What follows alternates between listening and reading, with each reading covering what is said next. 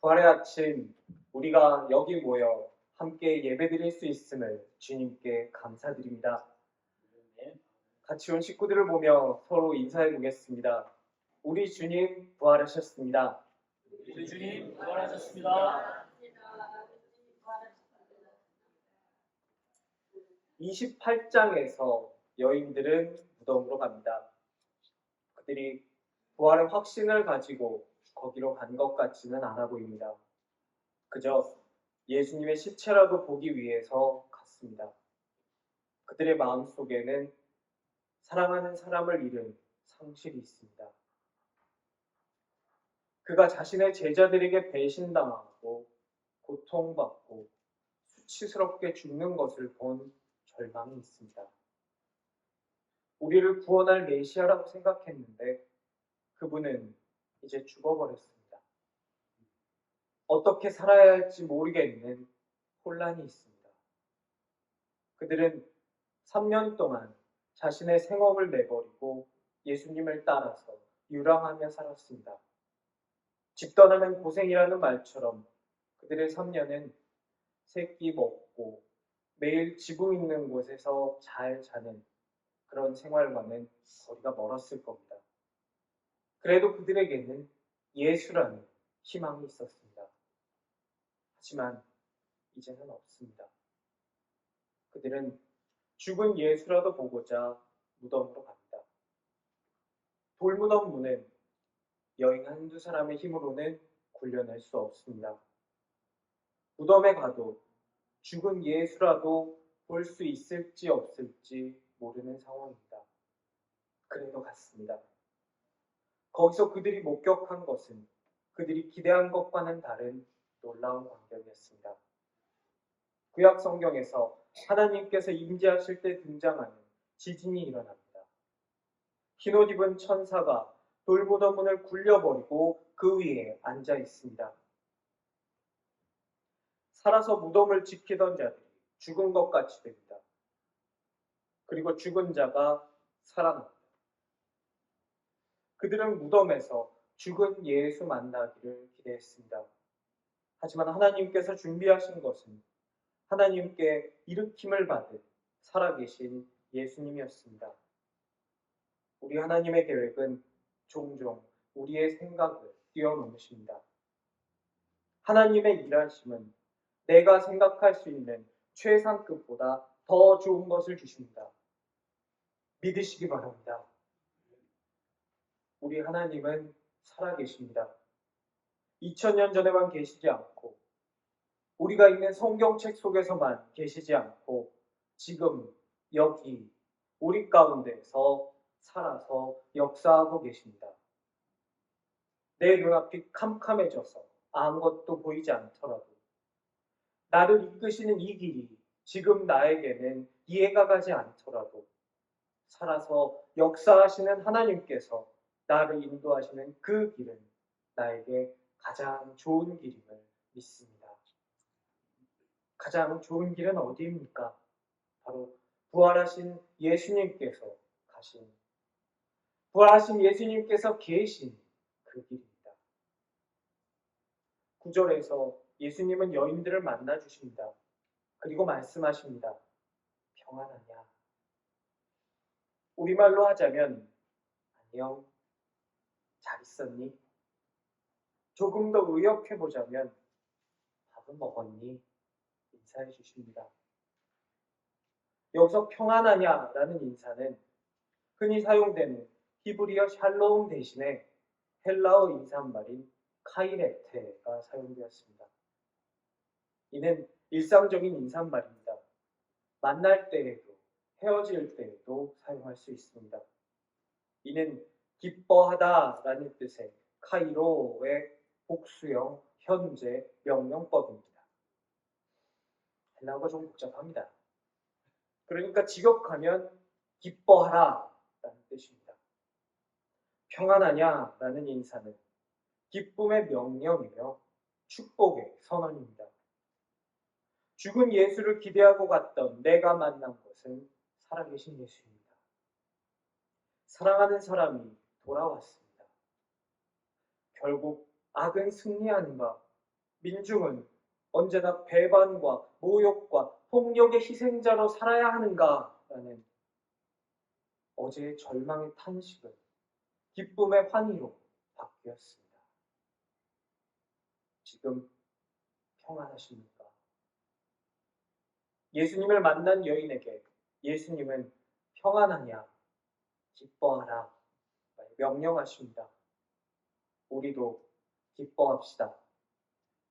예수를 믿는다는 것은 평탄하고 로또 맞고 모든 것이 다 내 마음대로 이루어지는 그런 길이 아닙니다. 여인들이 겪은 것처럼 예수님께서 겪으셨던 것처럼 그 길은 좁은 길입니다. 하지만 좁은 길을 가면서 우리 기뻐합시다. 우리의 고난이 더할수록 우리의 싸움이 치열할수록 기뻐합시다. 내 주님 나를 위로해 주실 것입니다. 숨만 겨우 붙어 있을 정도가 아니라 넘치도록 위로해 주실 것입니다. 기뻐합시다. 부활하신 예수님을 만난 첫 증인은 여인 2명입니다. 2명의 증언은 법정에서 효력을 가졌습니다. 그런데 그것은 남자 증인일 경우에 하나입니다. 왜 하필 증거 능력이 없는 여인 둘에게 나타나셨을까요? 기왕 첫 번째 증인을 만드실 거면 남자 제자 둘에게 나타나시지. 아니, 기왕 나타나실 거면 비루한 제자들 말고 예수님을 십자가에 못 박으라고 선동했던 대제사장에게 나타나시지. 아니면 그 동네 분봉왕이었던 헤롯에게 나타나시지.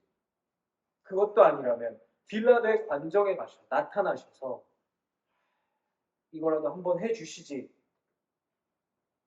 그런데 부활하신 예수님은 나는 맞았고 너는 틀렸어.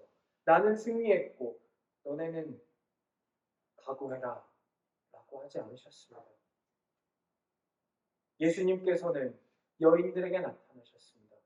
그리고 평안하냐 말씀하셨습니다. 갈릴리로 가라 하셨습니다. 여기서 평안하냐라는 인사는 안녕하세요. 다시 시작합시다 라는 의미이기도 합니다. 아무 일도 없었던 것처럼 평상시처럼 말입니다. 늘 전하던 것, 우리가 원래 하던 것을 다시 하자 말씀하십니다. 이제 다시 전하러 가자. 무엇을? 하나님의 통치를, 하나님의 나라를, 천국을 다시 전하러 가자라고 하시는 말씀입니다. 왜 갈릴리입니까? 마태복음 4장에서 예수님의 사역이 처음 시작된 곳이 갈릴리였기 때문입니다. 여인들의 상황은 여전히 혼란스럽고 두렵습니다. 무덤은 비어있고 천사들은 메시지를 전합니다. 내가 볼 것이라고 기대하고 갔던 것들은 하나도 보지 못했습니다. 내가 상상할 수 있었던 범위를 아득하게 넘어섭니다. 초월적인 일들이 내 앞에 펼쳐집니다.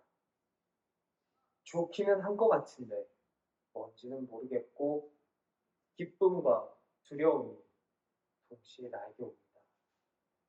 이때 예수님께서 처음으로 나에게 하신 말씀이 있습니다.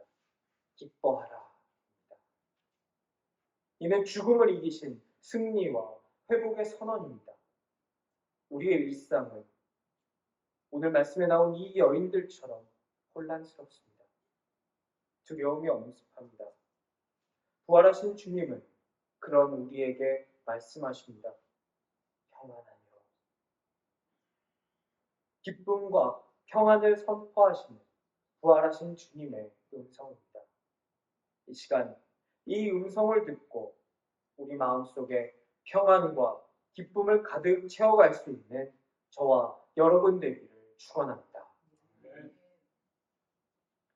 마태는 예수님의 제자됨을 말하고 있습니다. 제자인 2 여인이 보여준 모습은 우리가 오늘의 삶에서 나아가야 할 길을 보여줍니다. 2 여인은 예수님을 만납니다. 예수님이 주시는 평안과 기쁨을 받습니다. 9절에서 여인들은 예수님의 발을 붙잡고 경배합니다. 경배하다라는 단어로 헬라어 프로스큐네오가 사용되었습니다. 이것은 예배드리는 것을 표현할 때 쓰이는 동사입니다. 여인들은 예수님의 발을 붙잡고 구절에서 예배드린 것입니다. 부활하신 예수님께 처음으로 예배드리는 사람이 된 것입니다. 예수님께 평안과 기쁨을 받은 제자는 예배해야 합니다. 나를 경배하는 소리를 기계로 틀어놓으면 기분이 좋습니까? 보통은 아무 생각이 들지 않을 것입니다. 선물을 옆구리 찔러서 내놓으라고 강요해서 받으면 별로 행복하지 않습니다.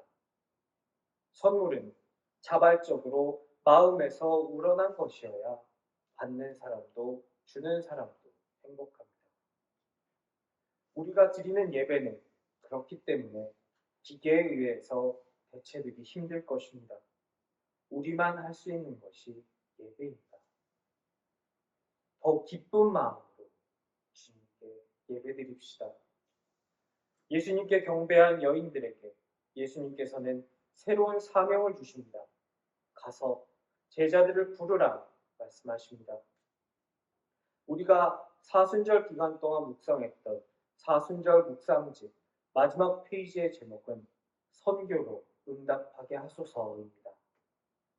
부활하신 예수님을 만났으면 가서 전할 수밖에 없습니다.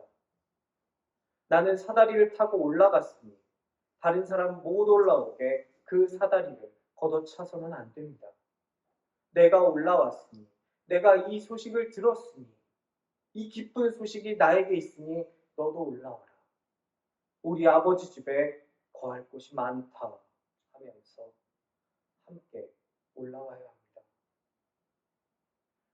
오늘 여인들이 부르러 간 사람들은 제자들이었습니다. 예수님은 그들을 가리켜 10절에서 내 형제들이라고 부르십니다. 네, 이 형제들이라 불림받은 사람들은 우리가 다 아는 대로 도망갔던, 예수를 부인했던 그 사람들입니다. 그런데 오늘 예수님은 그들을 가리켜 형제라고 부르십니다. 나는 도망간 제자들을 비웃을 자격이 없습니다. 왜냐하면 저도 부인했고 저도 도망갔던 죄인이기 때문입니다. 그런데 예수님은 그런 나를 아직도 형제라고 불러주십니다. 예수님 당시의 사회는 신분이 있고 계급이 있는 사회였습니다.